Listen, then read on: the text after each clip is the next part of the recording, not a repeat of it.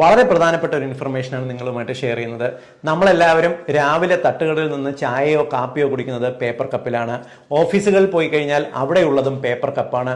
നമ്മൾ ഫംഗ്ഷൻസിന് പോയി കഴിഞ്ഞാൽ മോര്, പായസം, വെള്ളം, രസം എല്ലാം വാങ്ങുന്നത് നമ്മൾ ഈ പേപ്പർ കപ്പുകളിലാണ്.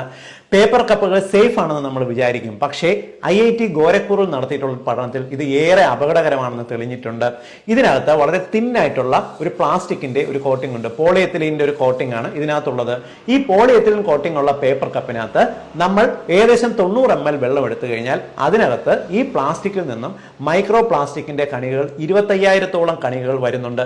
ഒരു ദിവസം 3 പേപ്പർ കപ്പ് വരെ നമ്മൾ ഉപയോഗിച്ച് കഴിഞ്ഞാൽ 75,000 മുതൽ 1,00,000 വരെ പ്ലാസ്റ്റിക് കണികകൾ നമ്മുടെ ഉള്ളിലേക്ക് എത്തും. ഇതുണ്ടാക്കുന്ന കോംപ്ലിക്കേഷൻ ചെറുതല്ല. നമ്മുടെ ഹോർമോണൽ ഇഷ്യൂസ്, പിറ്റ്യൂട്ടറി ഗ്രന്ഥി, തൈറോയിഡ്, പാൻക്രിയാസിന്റെ പ്രോബ്ലംസ്, ഡയബറ്റിസ് പോലുള്ള കോംപ്ലിക്കേഷൻസ്, തൈറോയിഡ് രോഗങ്ങൾ, കണ്ണുകൾക്ക് പ്രോബ്ലം, സ്ത്രീ പുരുഷന്മാർക്കുണ്ടാകുന്ന വന്ധ്യത, ഇതെല്ലാം മൈക്രോ പ്ലാസ്റ്റിക് കണികൾ ഉണ്ടാവും. കുട്ടികൾക്കുണ്ടാകുന്ന കോംപ്ലിക്കേഷനും ചെറുതല്ല. ഈ ഇൻഫർമേഷൻ എല്ലാവർക്കും വേണ്ടി